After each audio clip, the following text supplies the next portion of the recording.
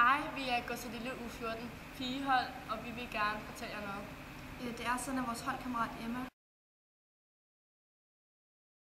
hun er på hospitalet, og hun har været respirator, og hun har været akutopereret 2 gange.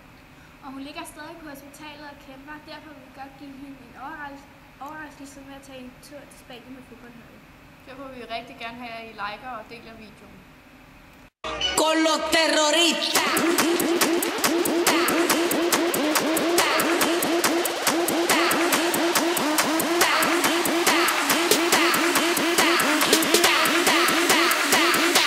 And do the Harlem Shake.